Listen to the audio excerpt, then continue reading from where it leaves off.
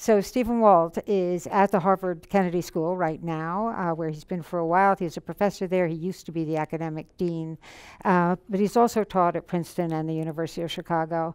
He's best known as one of the kind of the giants in the world of political science and international relations, but in particular as part of the realist school of thought. Last time he was here to discuss a book he had just done with John Mearsheimer, another giant from the realist school of thought. That book was it called The Israel Lobby? What was it called, Steve? The Israel Lobby in U.S. Foreign Policy.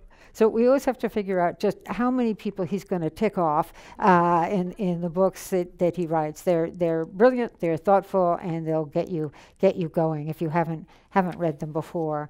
I'm going to start. The focus of the current book is it's called The Hell of Good Intentions: America's Foreign Policy Elite and the Decline of the U.S. Primacy. He focuses on, Steve, you focus on the era since the end of the Cold War. So since '89 when the Berlin Wall fell, or '91 when the USSR came apart. Who ended the Cold War? Was it us or was it them? Well, the short, easy, and I think correct answer is both.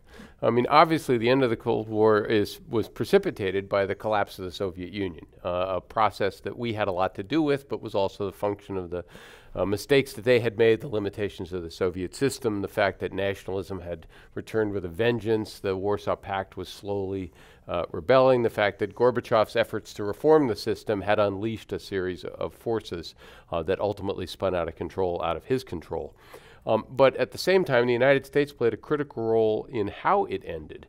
And in fact, I always use this as an example of the value of diplomacy. Because when you think about it, ultimately the victory in the Cold War was a victory not secured on a battlefield. It wasn't primarily due to the triumph of the U.S. military over the Soviet army, thank goodness, but rather it was done over a negotiating table, where mostly the first Bush administration, late President Bush and his team, negotiated the peaceful dissolution of the Warsaw Pact, the reunification of Germany, managed the turbulence of the Soviet breakup without it spinning out of control, which it could have done, and managed to do this all, sort of by accommodating and making various promises as well to the Soviets/Russians through this. So when you think about it, it's one of the great successes of American foreign policy that we managed to come out on the upside of this competition, but at the end of it then managed it as smoothly and peacefully as we did. And again, it was primarily a remarkable diplomatic achievement. One of the great worries of people who are students of international relations was that in the process that Russia, essentially the successor state, would feel humiliated. There was a lot of suffering. There was a rapid impoverishment of many when all the subsidies were suddenly gone and the Soviet Union was gone. There was an opportunity for great resentment and backlash amongst the population. How did President George Herbert Walker Bush manage the process with that in mind, with sort of avoiding the humiliation that you saw of Germany after World War I? I think both he and Secretary of State James Baker showed remarkable empathy, not at every moment. They played hardball in a number of places, but they showed remarkable empathy for what Gorbachev in particular was going through. But most importantly, they also made some promises, which the United States ultimately did not keep. The most important one was that NATO would not expand beyond the reunification of Germany. And that the eastern part of Germany, when Germany reunified, could be considered then part of NATO, but we would not extend 1 inch eastward, is I believe the phrase that Baker used. And Gorbachev and his team made, I think, a fundamental mistake at that point by not getting that pledge in writing. Right? It was an oral assurance made more than once, and it's been the source of much dispute amongst Russians, Americans, and historians ever since. Exactly what we promised to do or not do, whether it was binding or whatever. Much trouble, I think, could have been avoided had the Russians insisted that that pledge be put formally. It's possible we wouldn't have been willing to do that, by the way. But I think they understood, Bush and Baker understood, was that there was a limit, that even though Soviet Union was breaking up. Russia was going to be a very weak country for, it turned out to be at least a decade. There were limits to how far you should push them because they weren't going to be weak forever. And as you said, if you fueled a very powerful sense of resentment, if they had the opportunity to try and alter the circumstances later on, they might try. So the Clinton administration did make that decision, though, to expand NATO right up to the border of Russia, and then offered, I forgot what the partnership was called, Partnership for Peace, was it, that was to be our relationship with Russia. Do you have a sense of what went into that thinking at the time? Yeah, I think it was a combination of things, and there really was a fork in the road in the early 1990s. The Clinton administration's initial policy, as you said, was Partnership for Peace, which was extended to the former members of the Soviet bloc, but also included Russia. And it involved many of the things that NATO membership might have involved. There could be military-to-military cooperation, various ways to upgrade their different militaries, working on civil-military relations. It was designed in part to ensure that democracy would flourish in these places as well. It did not involve, however, an Article 5 security guarantee from the United States. These were not going to be members of NATO. We were not going to be formally committed to defending them. And of course, Russia was going to be involved in that. And shortly after that was the US policy, we switched and we decided to pursue NATO expansion, beginning with Poland, Hungary, and the Czech Republic. And that was an internal fight within the Clinton administration, as you probably remember, that was ultimately won by the advocates of enlargement. And what they believed, and I think genuinely, was first of all that this was not anti-Russian. They didn't intend this as a way of, containing a now weak and prostrate Russia. Secondly, that this would extend a zone of peace into Eastern Europe, that along with EU membership, this would solidify democracy here. These states would have to conform to NATO's normal standards for being a democracy, and that because democracies don't fight each other, all right, this would actually make Central and Eastern Europe more stable. Right, and that would ultimately be good for Russia, too. Having stable neighbors to the west would be better for Russia. So there was a certain optimism. This is all going to be easy to do. It's all going to go well. And what people, I think, forgot was a more sort of realpolitik view of this, that no great power really likes another great power pushing its alliances right up against your border, because you never know what's going to happen down the road, and that once Russia was in a position to oppose that, they were going to do everything they could to stop the process. Just one final point. The second thing that NATO ultimately did, which I think was a mistake, was to declare that this was going to be an open-ended process, that there were no limits to how far we might take this. We were going to be careful about who we let in when, but ultimately NATO membership was an open door that any state, once it qualified, could be a part of. When you think about it, this is a highly revisionist strategy we're following. We're basically saying we're going to just keep moving this thing as far east as we think it can go, and that involves altering the local politics in various places. And I think eventually this proved very alarming to the Russians, and they reacted as many people had predicted. Mm-hmm. Obviously, this was an inflection point for us and for the West generally, but there were other things that occurred during the period that your book covers, as well as the collapse of the Soviet Union, the ending of the Warsaw Pact, and that is globalization turned into something very real with real impacts that the U.S. saw as mostly positive, created great wealth, it lifted millions from poverty, particularly in China and in India, but it also left folks behind. There was also a decline, the middle class was experiencing a declining standard of living.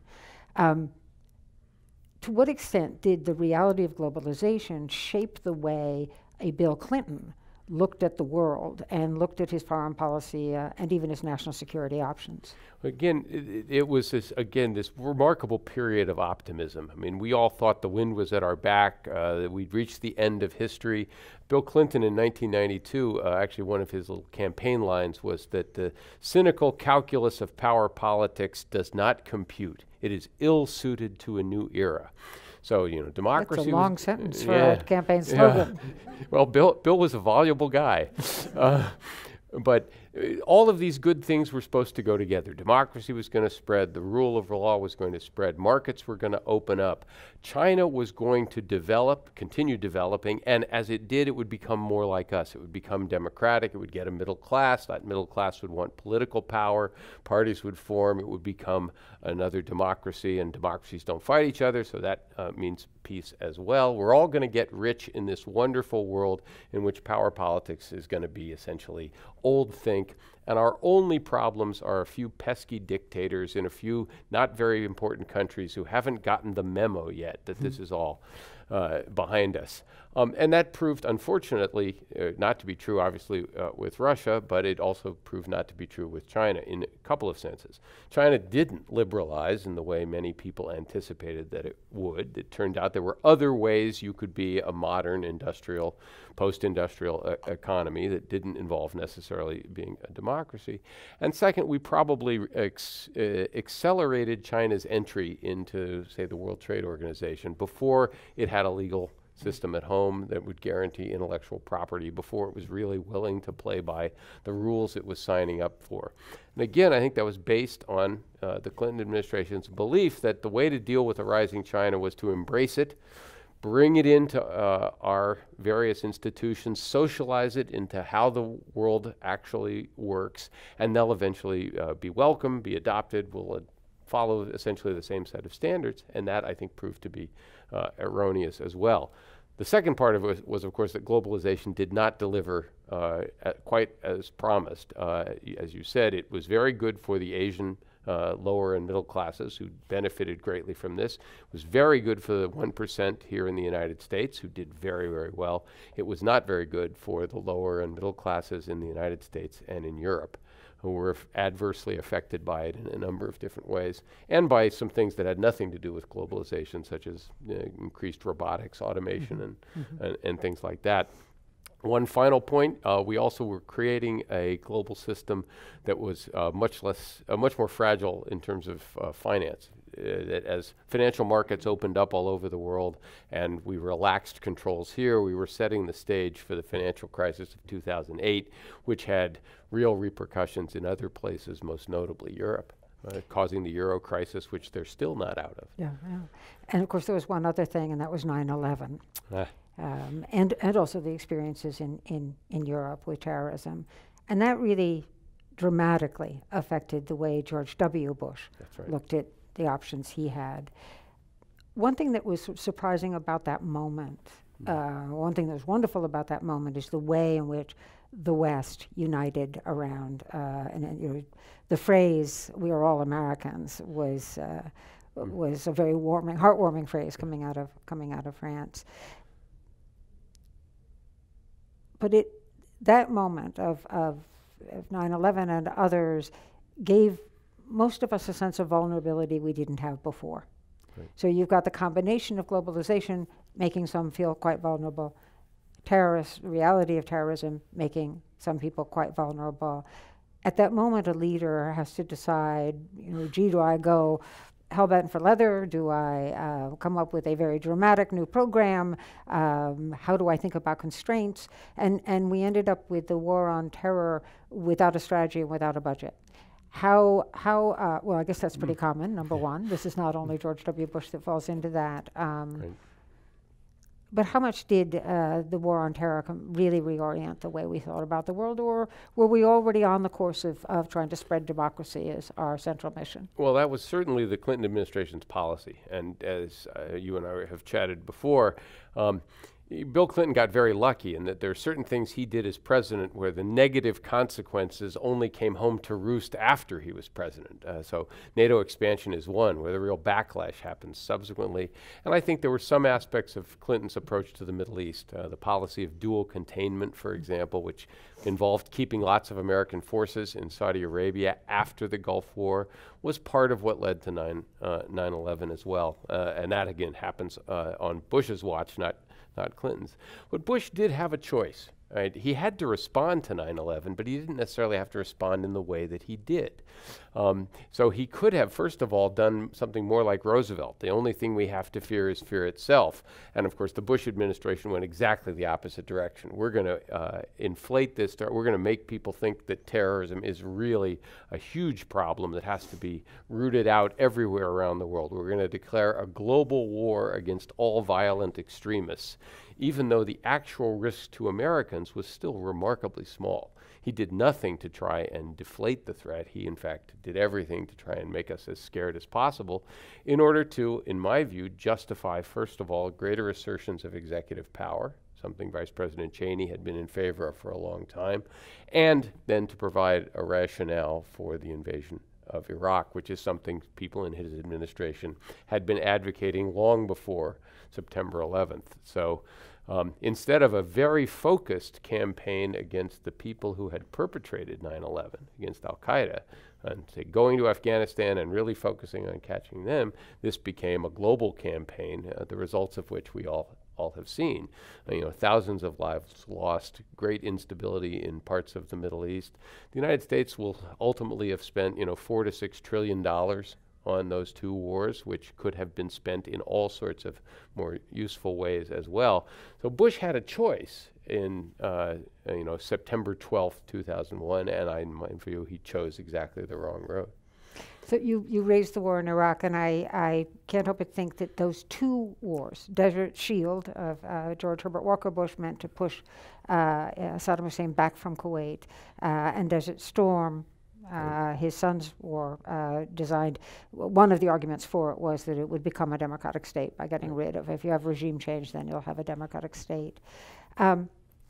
What was the organizing principle for policy with Bush 41? What led him to make the choices he made, stop before going into Baghdad, and what was the organizing principle for George W. Bush? Because there were many arguments put forth. George Herbert Walker Bush, Bush 41 was you could argue the sort of last realist president we'd had. Both he and his close advisor Brent Scowcroft really are sort of old-style Republican realists, and I think even though they both recognized that the United States was far and away the most powerful country in the world, they also recognized that even the most powerful country in the world faces certain constraints and certain limits. And there's some things that either are very hard to do, or that you might not even be able to do, or would be unwise to do. So he correctly understood that Saddam Hussein's seizure of Kuwait had to be opposed and reversed, for reasons mostly having to do with maintaining a balance of power in the Persian Gulf, ensuring that Iraq didn't become even wealthier, then become more powerful, start threatening other countries in the region. So that had to be reversed. But he also understood that, first of all, international law did matter, and the UN Security Council resolution did not authorize the coalition to go to Baghdad and depose Saddam Hussein. It authorized them to throw Iraq out of Kuwait. Secondly, that once you went to Baghdad, you owned the country. And we had no idea how to run the place once we got there. And if you are interested, you can find on Google a series of remarks that Dick Cheney made before he became vice president, defending the elder Bush's decision not to go to Baghdad. And I only wish that the older Dick Cheney had gone back and listened to the younger Dick Cheney, because he identifies very cogently all of the things that subsequently happened.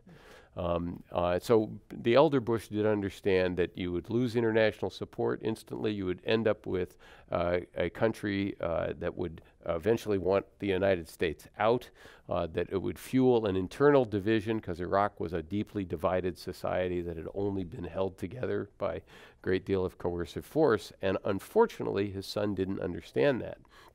His son, I believed, drank the Kool-Aid, as they say, and was convinced that something dramatic had to be done in the Middle East in the wake of 9/11, and in particular that the overthrow of Saddam Hussein would be step one in a process of regional transformation. That first we'd knock off Saddam, then we would put great pressure on the Assad regime in Syria. We would also put great pressure on Iran, and eventually we would take these countries that we didn't like very much to begin with, although we had worked with Assad in the past, and turn them into a sea of pro-American democracies. And of course, once they're flourishing democracies, terrorism won't be a problem either, because we know terrorism never emerges in a democratic society. Not true, but never mind. They really did believe this, and I think they genuinely believed it would be easy to do and it would be cheap. And understand that this is happening in the wake of the initial American invasion of Afghanistan, right, where we go in and throw out the Taliban, and everyone told, or people said, well, wait a second, you know, Afghanistan is the graveyard of empires. It defeated the British. It defeated the Soviet Union. Don't go there. And the first 6 weeks to 2 months look remarkable. The American military looks magical. The Taliban is gone almost instantly. Well, after the initial experience in Afghanistan, it was very hard to argue we couldn't overthrow Saddam Hussein easily as well. Again, our military can do anything. And of course, in both cases, the problem was not getting rid of the current regime, which were both relatively weak and brittle. The problem was what you did with the society afterwards. And it turns out, you know, removing a government is a whole lot harder than trying to create a new one. As we should have known, and the American military, for all of its real virtues, is not the right tool for that in any event. So if you've got George Herbert Walker Bush focused on defending sovereignty, you've got George W. Bush focused on promoting democracy. When President Obama comes in, there has been developed within the UN structure a concept called responsibility to protect, right, where you're protecting humanity. I mean, there's this, it basically argues that that every head of state has an obligation, every leader has an obligation to protect their citizens from mass atrocity. If they fail, the international community has the right and perhaps the obligation to step in. So the first sort of action on that was Bill Clinton when it came to Kosovo and Bosnia. Right. And his inaction when it came to Rwanda is probably what haunts him to this day. Obama was faced with Libya and Syria. Right. Very, very different choices and a very different response. Describe his response to Libya and give us your views. Is there something else that would have been wiser? Yeah, Obama has said that his decision to support the British and French intervention in Libya and eventually then to topple Muammar Gaddafi was one of his great mistakes as president. He now regrets it, and I think his regret is appropriate.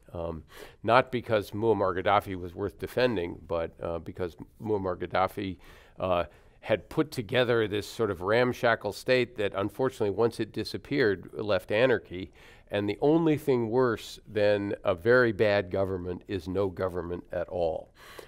So I think Obama agonized over it. I don't think it was an easy call for him. He was pushed very hard by some of his advisors to do this, and eventually agreed to initially go along to, as authorized by the Security Council, to prevent the Libyan government forces from possibly, because we don't know what they would have done, but possibly conducting a massacre in a rebel city, Benghazi. And that mission quickly expanded to become one of aiding the rebel forces who were attacking Gaddafi and eventually throwing him out of power. I think this was a bad idea for two reasons. One is, of course, what's occurred since then has been essentially a warlord now governed society where they're still fighting each other, so it's been very bad for the Libyan people. Arguably no worse than what preceded, but certainly no better, and maybe worse. But second of all, the United States had promised, as part of Libya's decision to disarm, to get rid of all of its own weapon of mass destruction programs, we had promised to leave Muammar Gaddafi in place. That was the quid pro quo. All right, and so it set a very bad precedent. However, the United States having promised to leave the guy in place when the next president comes along and participates in his overthrow. And when you think about some other countries out there who we would like to keep from getting weapons of mass destruction, we are setting the wrong lesson. How do you persuade Kim Jong-un to give up his nuclear arsenal? Well, we'll promise him that we'll leave him in place. We won't try to pressure, we don't do regime change. Well, The first case that the North Koreans always point to is Libya, and you can understand why they might do that. It did one final thing, which was that it was one of the many straws that helped, I think, break the back of U.S.-Russian relations as well, because the Russians had gone along with the Security Council resolution. I believe they abstained on it, right?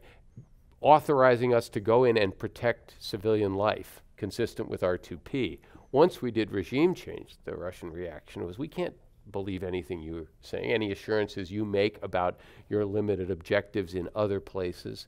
And many people believe this played a role in their response to the Syrian civil war as it broke out as well. That's where I'm going to take you. Is did we make the right choices with respect to Syria? And as you say, the die was cast as to what the relationship would whether Russia would be as permissive in this event. I think Syria is one of the hardest cases to think about because it's impossible to see what's happened to Syria and not want to have done more to prevent it or to stop it. I do think the Obama administration mishandled it in a couple of ways, but not perhaps in the way you're expecting. First of all, they very quickly said Assad must go. So the American policy, once the uprising began, was that, well, this guy is toast. He should be removed from power. Even though we didn't have a plan for doing it, had no idea what would or who would replace him. So we shouldn't have said that. Second, Obama himself misspoke in the famous red line statement, which I think was kind of impromptu, about chemical weapons use, which he then walked back from, but that undermined his credibility. Third, it is a myth that the United States was not involved supporting the various opposition forces. The United States was involved from the very beginning, backing some of the anti-Assad people. Not very effectively, but we were there, and some other American allies, including Saudi Arabia and some of the Gulf states, were also involved, backing different forces. What we should have done, in my view, is from the very beginning said we have to shut this down as quickly as possible. You know, long before you have 500,000 people dead, back when there were 5,000 dead or 10,000 dead. And the problem there, and there was negotiations that we tried to sponsor in Geneva early on to try and bring some kind of accommodation or settlement, but we insisted that Iran could not participate in these negotiations, even though Iran was one of the principal backers of the Assad regime. This was a recipe for complete failure, because you can't exclude one of the key actors and expect to get an agreement that that actor is going to want to live with. And Iran, whether you like it or not, was in a position to affect that particular outcome.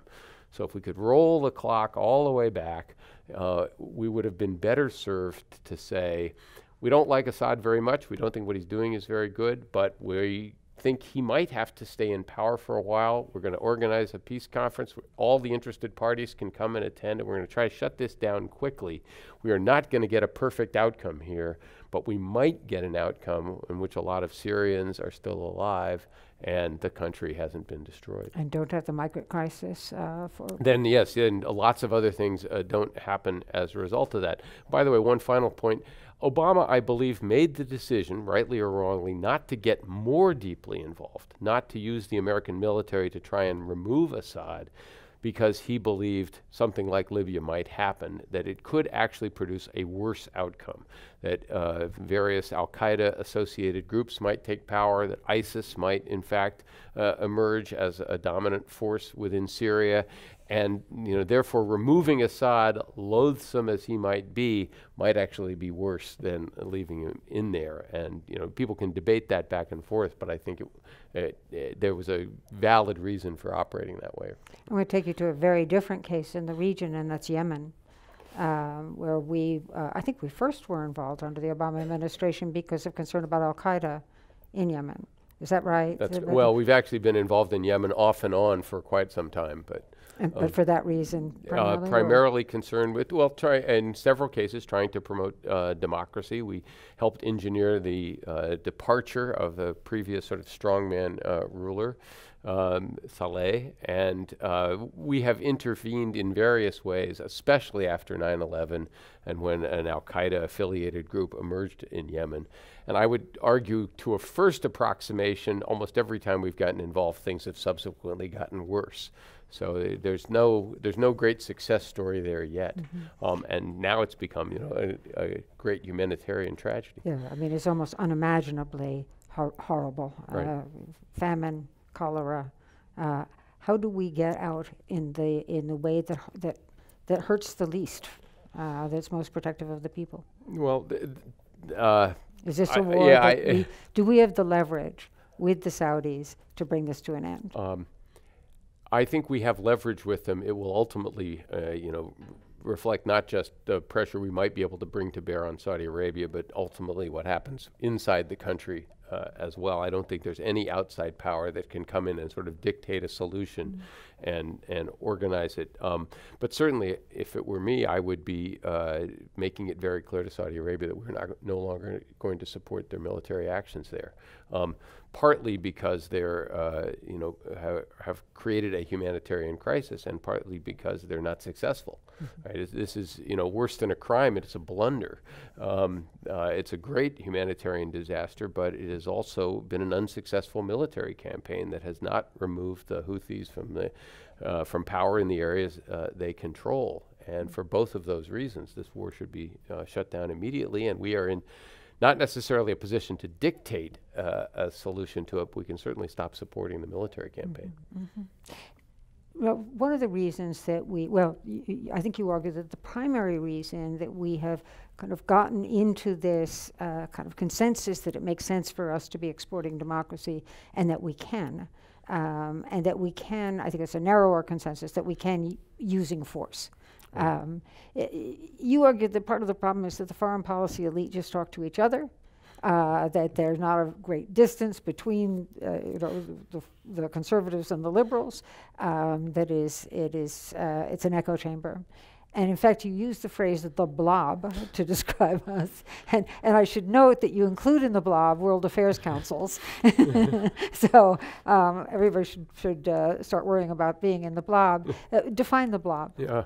So the term the blob was actually coined by Ben Rhodes, who was Deputy National Security Advisor for Obama. And I don't use it very often because I actually think of the foreign policy community or the foreign policy elite as somewhat broader than what he meant. What he meant by the blob was really inside the Beltway think tanks and the various folks who are constantly engaging in debates about foreign policy inside Washington.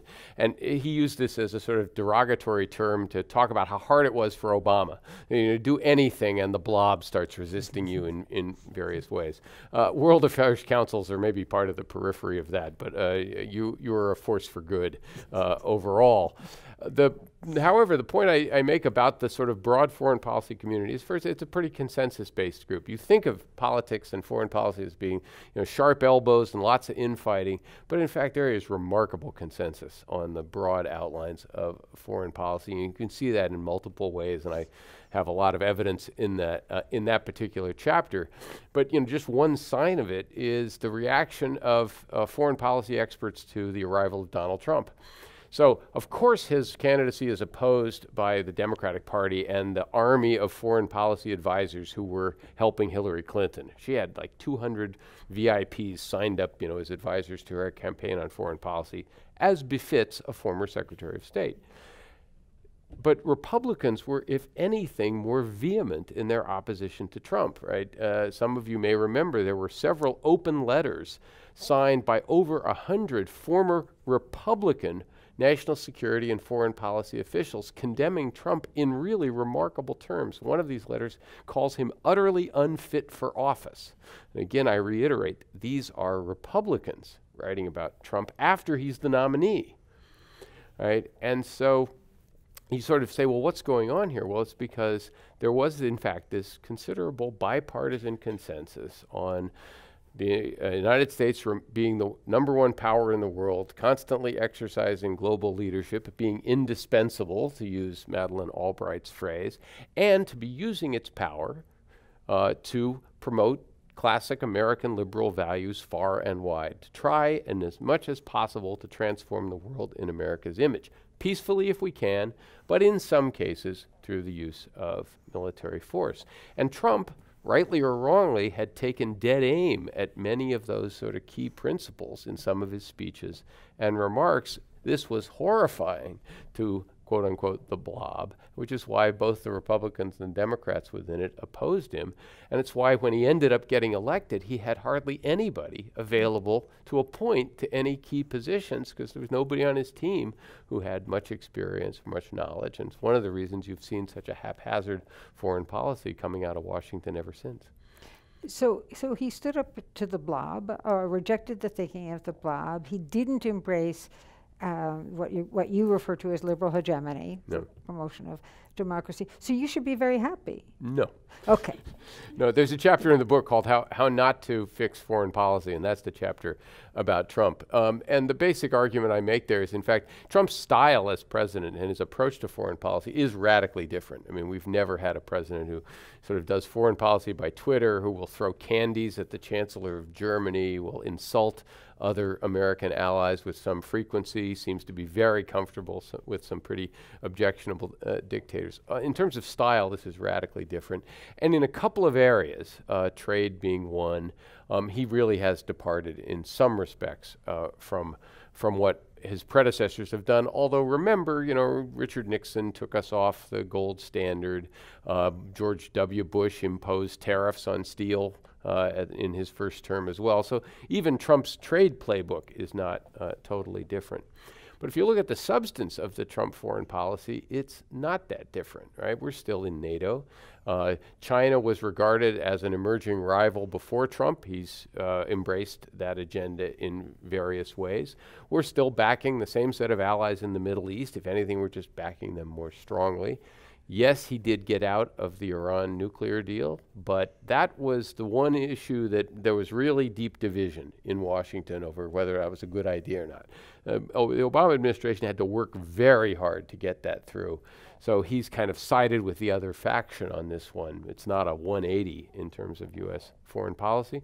He sends more troops to Afghanistan, just like Obama did. Remember in the first year, the surge in Afghanistan? Trump does a smaller version, but does the same thing under military pressure as well. So if you look at the substance, there are differences, but they're not nearly as profound, and I view that as, in some respects, the establishment as reining Trump in, is keeping him, despite all of his instincts, from doing what he said he was going to do in the campaign. The problem is that he's doing all of these things ineptly. So he's serious about confronting China on trade. If you were really serious about doing that smartly, you'd line up Japan, South Korea, the EU, Canada, Mexico behind that agenda and get us all as a united front confronting China over its trade practices. What does Trump do? He picks a fight with all of those countries. So it's the United States versus all of these different countries on trade.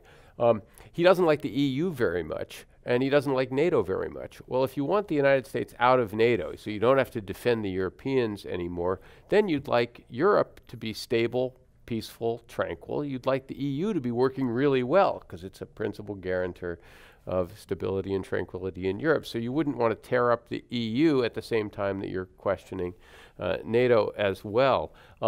If you're serious about North Korea's nuclear program, Trump correctly figured out that military force was not an option, something that every other American president has figured out, that you had to rely on diplomacy, but you have to rely on serious diplomacy with some prior preparation, as opposed to reality show diplomacy, where you go off to Singapore, have a big photo op, get lots of publicity for it, great audience share, and come away with nothing. The actual agreement in Singapore is a meaningless agreement. North Korea has not committed itself to doing anything, and indeed has not done anything since then. So, I basically say we have the worst of both worlds now. We're still running this very ambitious foreign policy where we're trying to solve problems all over the world, but we're doing it with the least competent president in modern history. Just one last question. I hope this is all cheerful enough.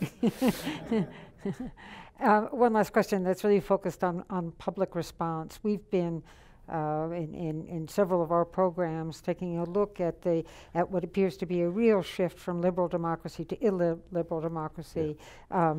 around, in fact, every continent, every region of the world, I should say, not every continent, it is a large part of that, this kind of overreach, a situation where the sort of Bill Clinton school of thought has made too many sort of obligations on the economic and political front, and a sense that George W. Bush got us overextended militarily with a promise of spreading democracy through the use of force.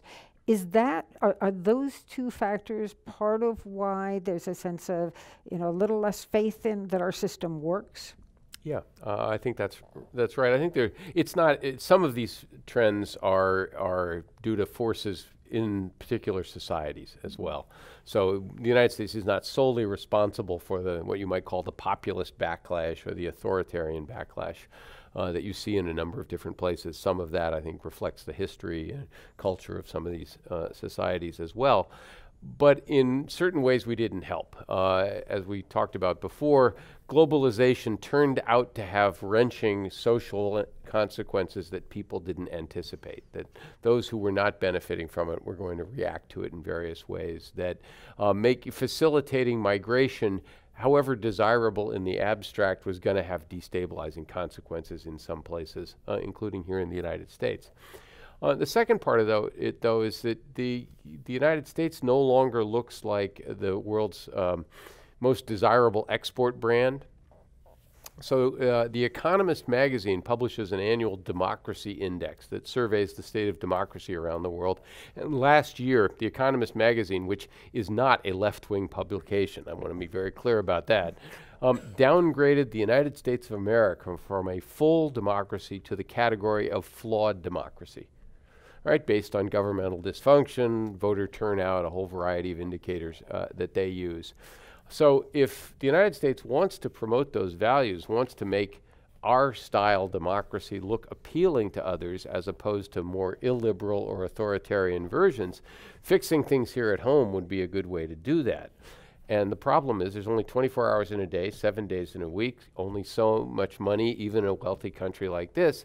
And every hour that a president spends trying to figure out how to broker an election in Afghanistan or trying to figure out which warlord to back in some country that ultimately doesn't matter very much is an hour that he or she is not spending figuring out how to make our electoral system work better, figuring out how to get jobs for people who are being displaced by automation, figuring out how to deal with the opioid epidemic, figuring out how to reform the criminal justice system. So those people in America who think the United States needs to spend more time nation building at home are basically right. And if the United States of America starts looking like a really wonderful country that everyone should want to be part of, then other people in other parts of the world are going to say, I'd like something more like that in my country. I think that's actually a better way of exporting our values than doing it, either with the 82nd Airborne or with economic sanctions or with the other tools that we've been trying to use. So please join me in thanking Stephen Walt. Thank you.